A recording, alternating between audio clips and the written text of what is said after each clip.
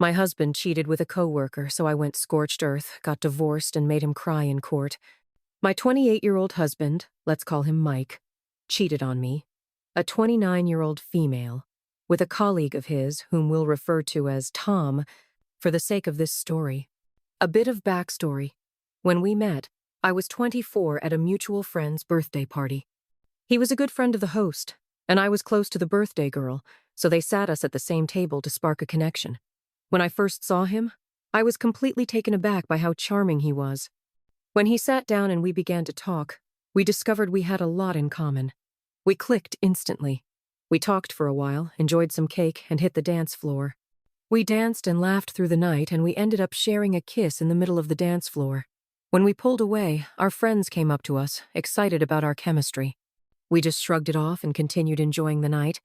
We left without exchanging numbers, but about a week later, I received a text from him asking me out. The birthday girl had given him my number. I, of course, said yes, and it blossomed into a relationship. The relationship was great.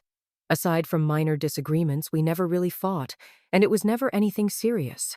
I eventually asked him to marry me about 2 years into our relationship, and we were married less than a year later. We had been married for a little over a year when everything came crashing down on me just before our first anniversary. There were little things that started to irritate me. He became more secretive with his phone. Work nights became more frequent, and our intimacy was almost non-existent. I brought this up multiple times, but it was brushed off. He told me I was letting my insecurities get the best of me. He continued as if my feelings didn't matter, so I became colder. I stopped giving him a goodbye kiss as I left for work, and unless it was something important, we hardly spoke. One night, while he slept, I took his phone and laptop and skimmed through his texts, emails, and social media, but found nothing. After reading stories online, I decided to check his car. I grabbed his keys, looked inside, and found a second phone. In that instant, I knew what was going on, but I wanted all the evidence for when I confronted him. I didn't want him to say it had only happened once or anything ridiculous. I looked through the phone and found only one number. I read through every message and connected the phone to my computer to print out every message and photo. I spent the night researching divorce lawyers. I spent hours in my home office reading bios of lawyers and found one I liked, so I emailed him. But since it was Saturday, he wasn't in the office. I wanted to know who the guy was, so I grabbed my phone, typed the number, and was about to call, pretending to be from a utility company. But Tom's contact popped up. It took me a moment to put 2 and 2 together, but when I did, I blew up. I was yelling and cursing in my office. My husband opened the door to check on me, but when I saw him, I told him to get out. He closed the door and went to our room. I had never cursed at him or raised my voice before. All day, I never left my office. I was just silently raging, glaring at the wall. I called one of my friends, the birthday girl from the party, and told her I needed to go for a drink and asked if she'd come with me. She must have heard something in my voice because she asked if I was okay. I told her I wasn't and really needed a drink. Without a word, I took all the printouts and left to go to the bar. I arrived first, ordered 4 shots of tequila and a beer. I was on my last shot when my friend, let's call her Sarah, arrived and asked what was going on. I told her straight out, "Mike's cheating." She gave me sympathy, and I asked if she wanted to know with whom. I told her it was Tom. She became visibly irritated. She was the one who introduced me to Tom, and all she could say was, "I am sorry," over and over. Tom and I were never super close. We wouldn't ask one another to hang out, but if we saw each other at a gathering, we were friendly. I told Sarah not to mention this to anyone, as I had just found out and hadn't even spoken to a lawyer yet. I asked her not to tell her husband, and she agreed, saying I was having problems at work.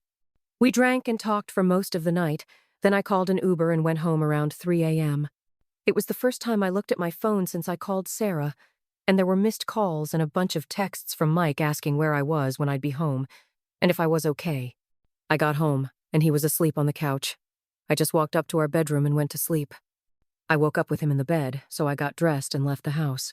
I went to pick up my car and went to my office, burying myself in work for the day. I went back home around 10 p.m. To my surprise, Mike was there to greet me, and he told me he had made dinner. He asked if I wanted him to heat it up. I told him no and went to bed. He followed soon after, asking what had been wrong with me. I told him to leave me alone and that I wanted to sleep.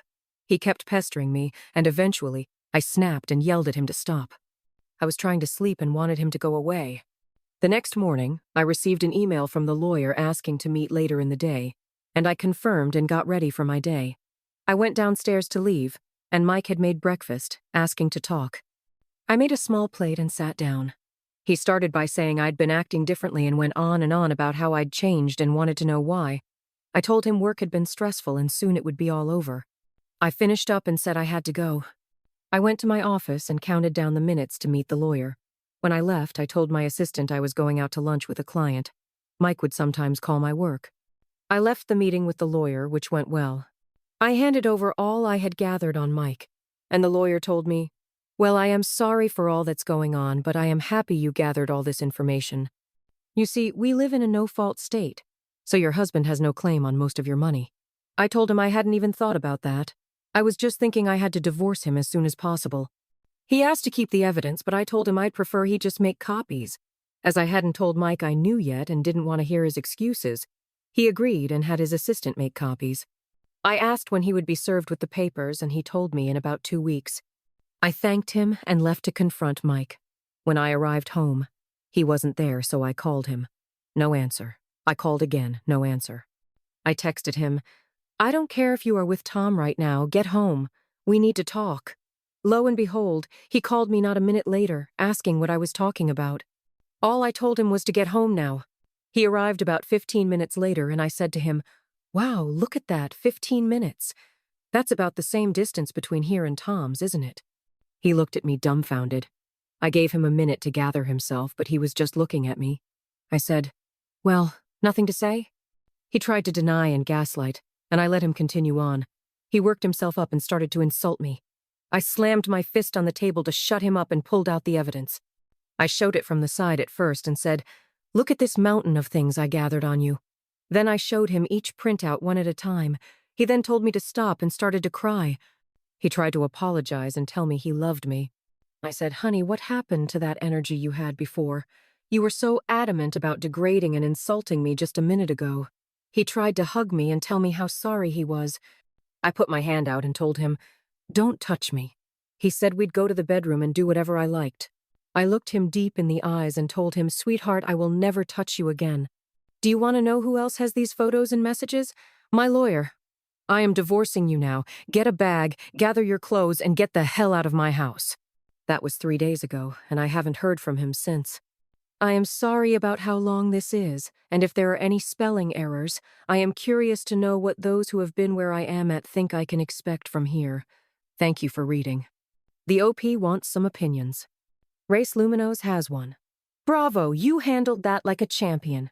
Now, first and foremost, take him off any and all financials to protect yourself and change passwords on everything. Next, get an STD test and don't, for the love of everything holy, do anything in a state of anger. Meaning, as much as you might feel like hurting him or Tom, don't listen to your lawyer's advice. Ask him if you can change the locks on the house, as he has effectively abandoned the marital home. Don't drink or do drugs, and prepare for the inevitable, that being the begging, gaslighting, and blame-shifting that will come. He might also try to paint you as the villain in this story to justify his betrayal, so tell everyone what he's done and why you are divorcing him. That includes parents, friends, and if Tom has a girlfriend or spouse, then especially her. Channel your anger and rage into some form of exercise. It will help you calm down and tire you out to help you sleep, which will become harder as the reality of the situation sinks in. Good luck and keep us posted. The OP replies, "Cameras have been up inside and outside the house since we moved in. The lawyer said here is nothing here I can do as it's also his house. I also can't pull any money out of our shared account until the divorce is finalized, but I don't have to add him anymore." Yikes. What sort of family encourages someone to stay with their partner and truly commit to someone who hasn't proved that they can even commit to one person? Update 4. Hello again, everyone. I know I posted only 2 days ago, but I have some news. I wasn't on here after I posted, but some wild stuff has happened, and I couldn't find the time until now to get to the comments of my last post, so I am sorry I haven't responded or read through them. Quick run-through from the top of everything that's happened so far, then I'll move on to the update. For all those who are seeing my post for the first time, my husband was showing the typical signs of having an affair, so I snooped and found a second phone in his car. I immediately started looking for a lawyer, got one, and started the legal process. I confronted my husband, and after a verbal fight, he packed a bag and left. I then contacted all those who were close to Usmi friends, my father and his family. Then I contacted his affair partner's fiancée and told her all that I knew and could prove. My husband was then served at work 2 days ago, and now up to date. About an hour or so after I posted last, I was waiting for Mike to show up at the house and go ballistic. I had no real reason to think he would do anything, but given everything that's happened, I never really knew the man. I went around to all the cameras I had up and made sure they were working properly, both the ones inside and outside. I called my friend, letting him know that Mike was served today, and if he showed up, he needed to get to my house as soon as he could. I am not going to jail because of this man. Turns out I was right because Mike showed up at the house, banging on the door, screaming to let him in. I immediately called my friend and Lily to get there because Mike was beating down my door. He was cursing my name and begging me to let him in, calling me every name in the book and asking how I could be so heartless. Blah, blah, blah. He's not wrong because the entire time he was screaming and banging on the door, all I could do was laugh. I then wondered why he didn't just walk in. He still had keys, at least to my knowledge. When my friend showed up, Mike was still screaming and cursing, so he started to record on his phone and stayed in his truck. But this idiot brought his wife with him, Mike's friend, so she got out and tried to calm Mike down. She walked up to him, putting her arms around him and trying to get him to talk. Mike then slapped her across the face, screaming at her to mind her own business. That made my friend, who now has a video of it, call the police. Mike continued to scream and curse until the police got there. When they did, he tried so hard to play the victim. One of the 2 officers walked up to him, and he started to cry, telling them I hit him and threw him out of the house. My friend and his wife told the other officer that when they came to the house, Mike was yelling and banging on the door, so they couldn't confirm that I didn't do what Mike said I had done. After that officer was done talking with my friend and his wife, he came to my door. When I opened it, Mike said, "There, that's her. She hit me. I want her arrested." The officer started to put me in cuffs when I told him I could prove that he was lying. I asked for my phone. The officer stopped and told me to show him the video from the outside cameras. After reviewing the video, he apologized for jumping to conclusions and automatically assuming I was the one in the wrong. I told him I didn't fault him. But then he told me that they received 15 calls total from my neighbors, and apparently during Mike's rant he had screamed out, "She hit me!" See, the officers had already made their judgment. After having to deal with the police for about half an hour, Mike ended up being put in cuffs and charged with disturbing the peace, public intoxication, and a DUI. As the police took him to the car, Lily showed up and came to me asking what had happened. I showed her the video on my phone of it all. The officer then came up to me to hand me the case number and some other paperwork. Lily started to ask questions about these charges, so I just went back inside. She followed soon after and sat next to me. She told me she left her house for 10 minutes to run to the store, but when she got back, Mike was no longer in the living room, so she thought he had gone to bed after drinking too much wine. Lily and I talked for a while, and she asked me if she could stay the night. I said she was welcome any time. She told me that Mike had to spend the night in jail. I don't know why, but they could bail him out in the morning. She told me that when I went back inside, she called her parents to let them know what was happening and to see if they could bail Mike out because Lily didn't have that kind of money. We had a beer together and soon went to bed. When I woke up in the morning, Lily had already left to meet with her parents. I haven't heard from Mike, Lily, or their parents, but I don't think it's going to be a fun conversation. Hopefully, Mike was able to cool off in jail. Update 5. Hello all. It's been a little over a week since I posted, and I have some small news. If you didn't see my last update, that's because it was taken down. I don't know why, but I'll give you a rundown of all that happened. I'll try to keep it short and sweet and move on to the update. So before my husband was served, I had told a friend it was happening and told him to be on standby just in case he came over. I wanted him there as a witness. Later in the day, my lawyer told me he was served at work, and a few hours later, my husband was banging on my door. I called my friend as soon as I heard him and also called Lily, telling her she should come over because her brother was beating on my door. Soon after I got off the phone, my friend arrived and started recording my husband's tirade from his truck. He had brought his wife for some reason, and she got out to try and calm Mike down. She ran up to him and tried to pull him away, but Mike turned around and smacked her, telling her to stay out of his business. When my husband hit her, my friend stopped recording and called the police. It took about 10 minutes for them to get there, and when they did, my husband flipped a switch and started saying I abused him. When I stepped outside to talk to the cops, they immediately started to put me in cuffs until I told them I had cameras that showed he was lying. They stopped and allowed me to pull out my phone, and they watched the entire video showing all that he said was just one big lie. He started going off again, and the cop arrested him and had him take a breathalyzer. As they took him to their car, Lily pulled up, asking what was happening. I showed her the video on my phone of it all. The officer then came up to me to hand me the case number and some other paperwork. Lily started to ask questions about the charges, so I just went back inside. She followed soon after and sat next to me. She told me she left her house for 10 minutes to run to the store, but when she got back, Mike was no longer in the living room, so she thought he had gone to bed after drinking too much wine.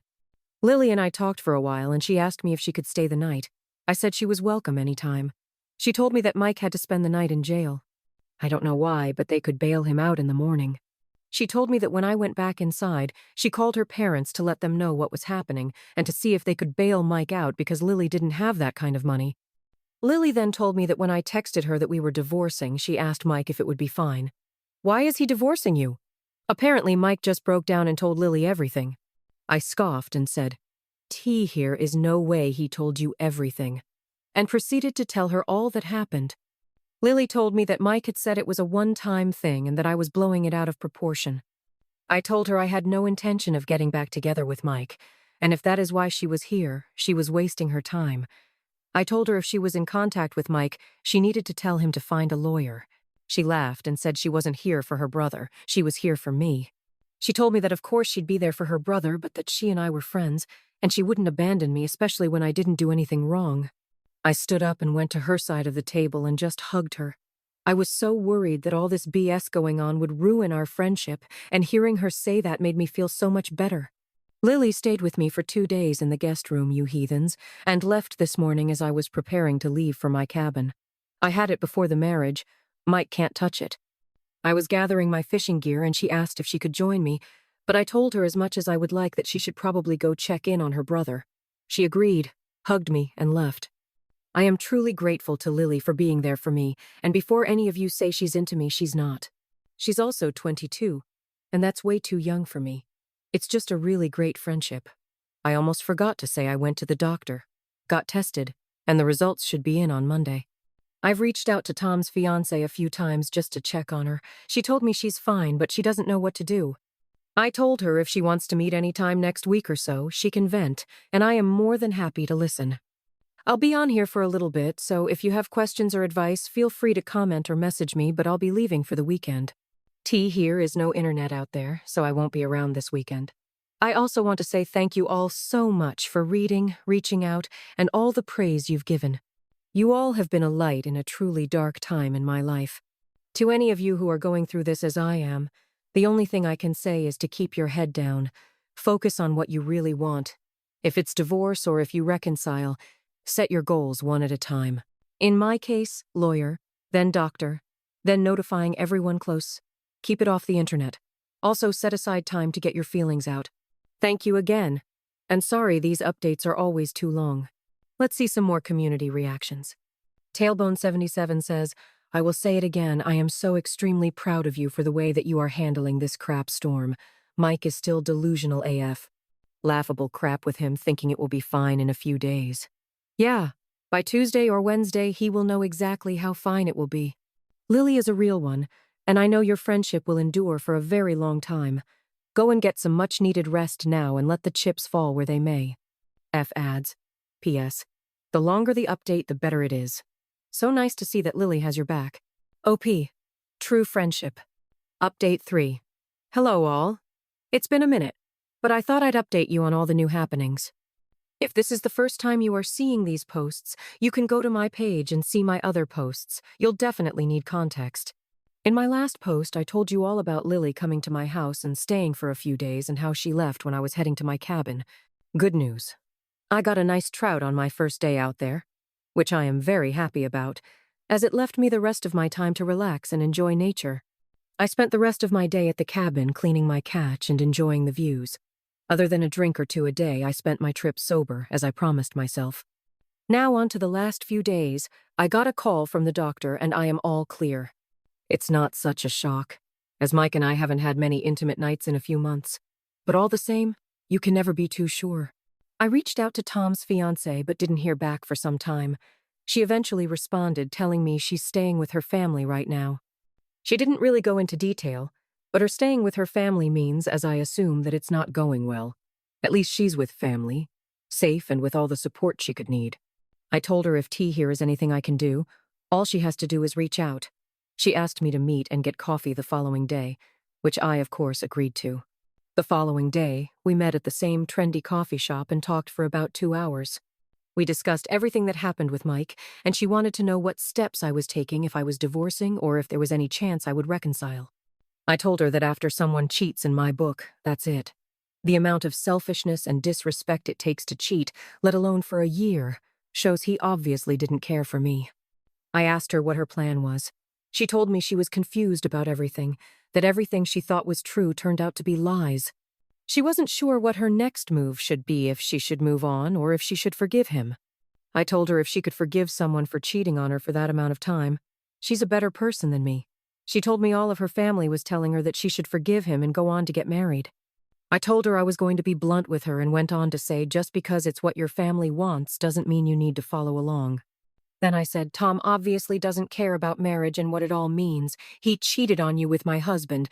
If that doesn't show you he's not marriage material, I don't know what does.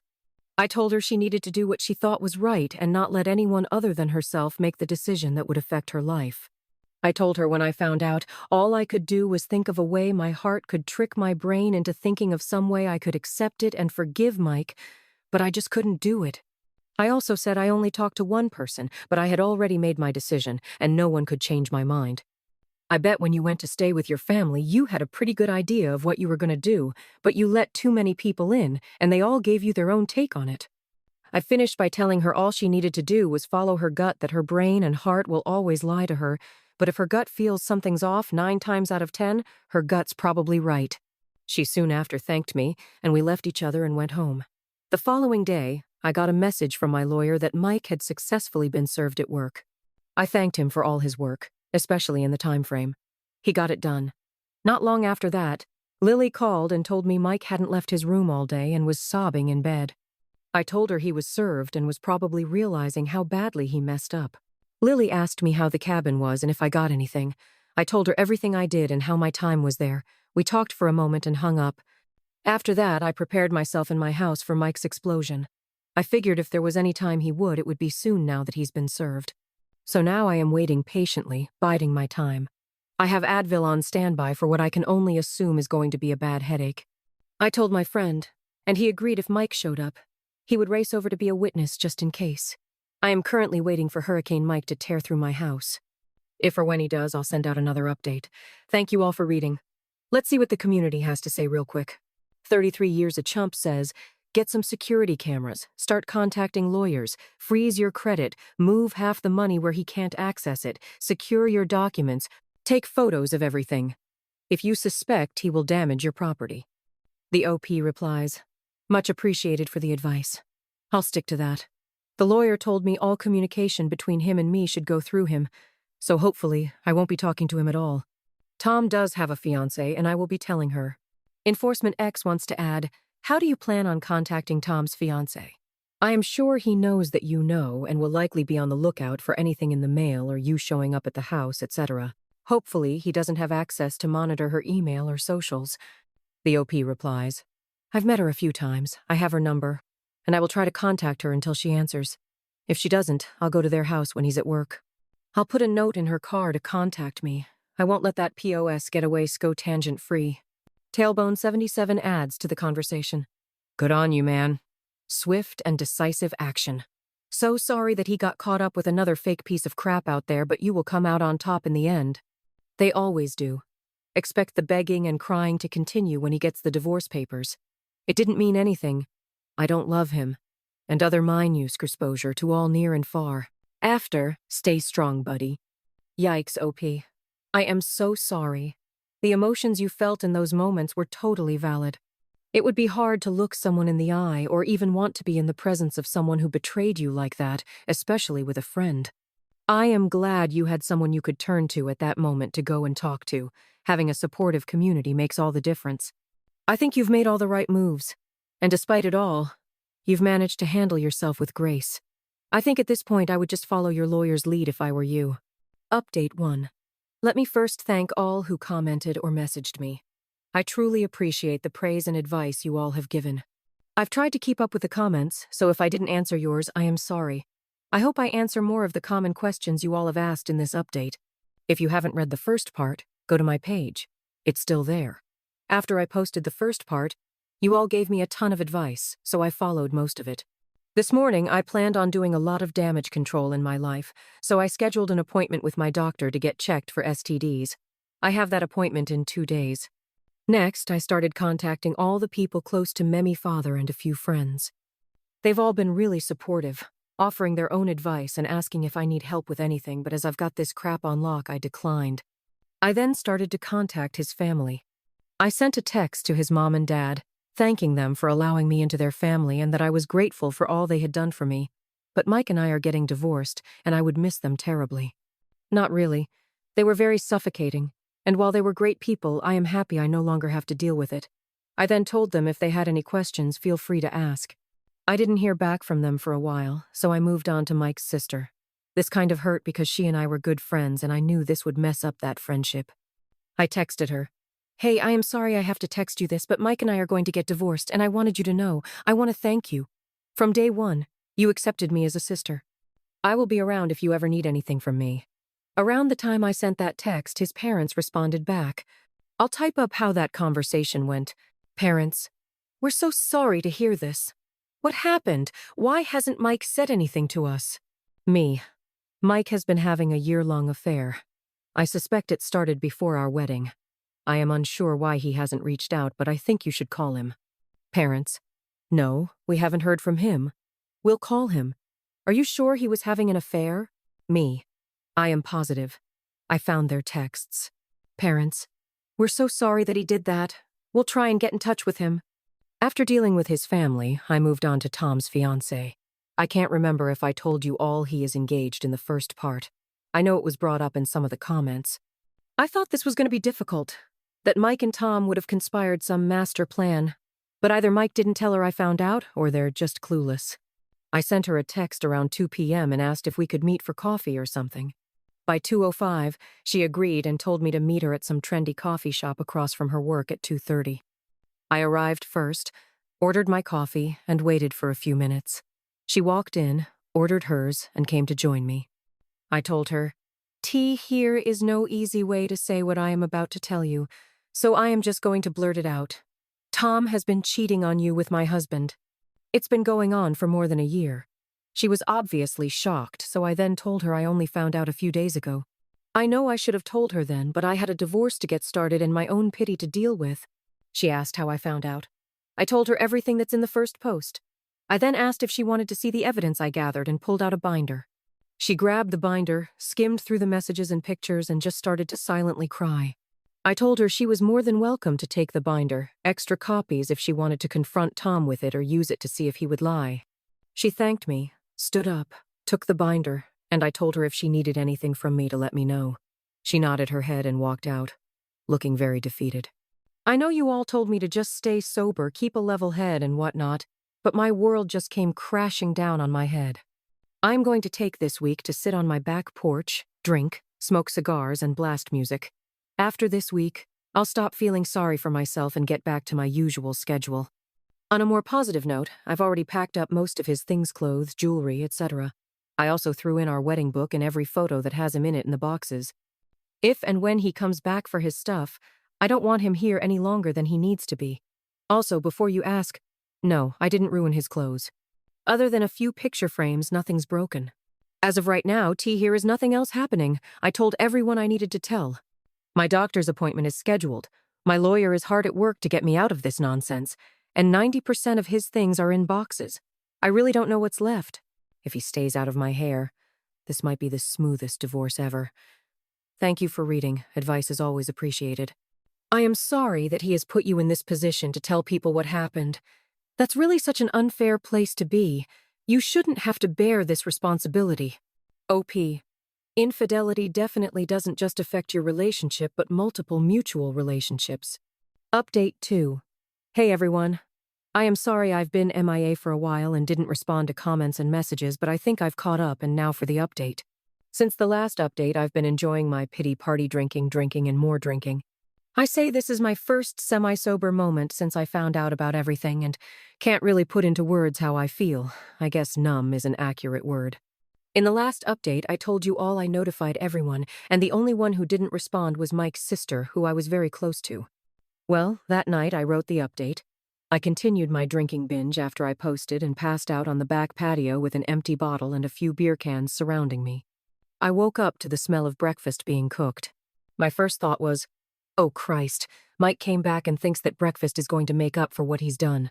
I worked myself up into a rage and threw myself out of the chair, ready for a screaming match. But to my surprise, it was Mike's sister. Let's call her Lily. I stood there for a moment trying to calm myself down, but when Lily saw I was awake, she sprinted to me and wrapped her arms around me. She didn't say anything.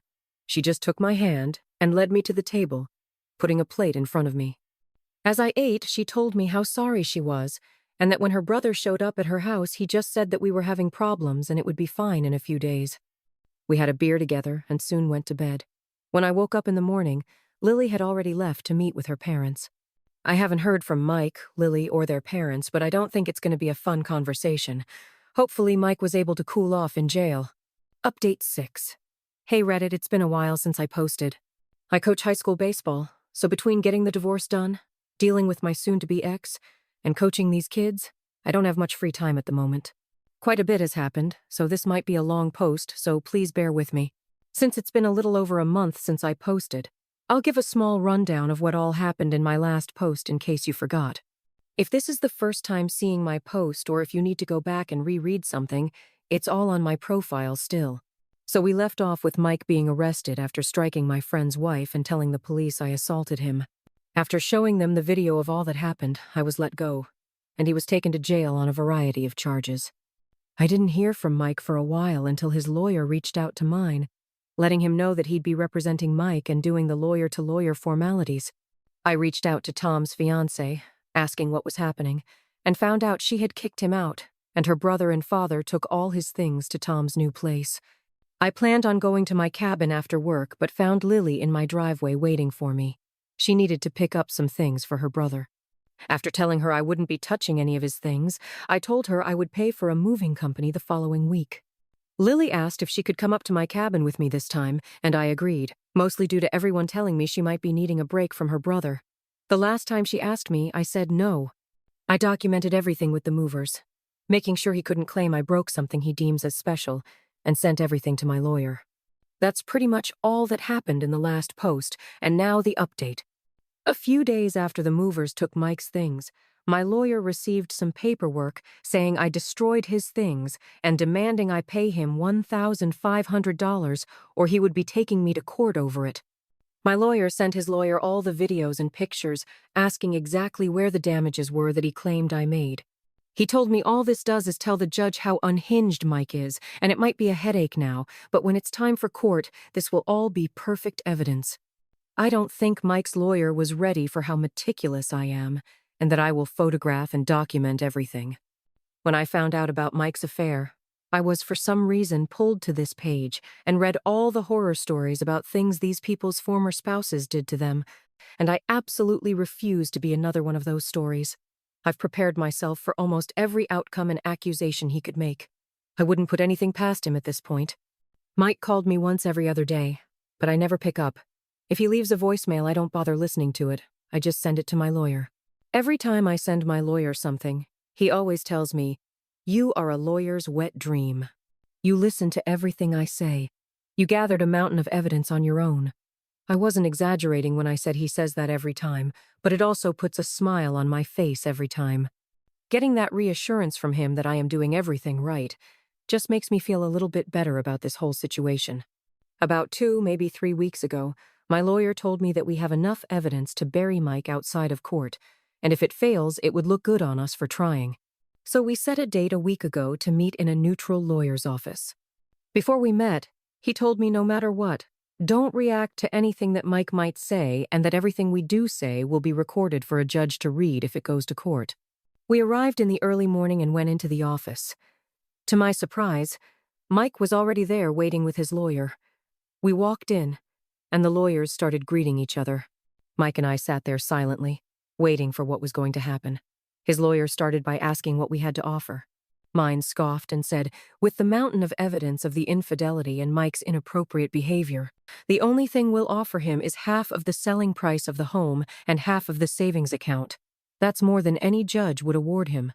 Basically, what he came into the marriage with, he'll be leaving with. Then he looked directly at Mike and said, if you decide to go to court, I will put every message up, making you read it all aloud. Then I will put every photo up for all in court to see censored, but he didn't say that at the time and make you describe in detail what you are doing in each photo. Then I'll bring up your recent charges and play the video that was taken that night. Mike started to tear up, looking at me and asking if there was anything he could do to make this right. I said, you've been cheating on me since before our wedding. All I can prove is a few weeks before the wedding, but I suspect it was much longer. Here is nothing at all you could possibly do to make me forget or forgive you for what you've done. Sign the papers. It's more than you deserve, and I want to be done with this whole sham you created.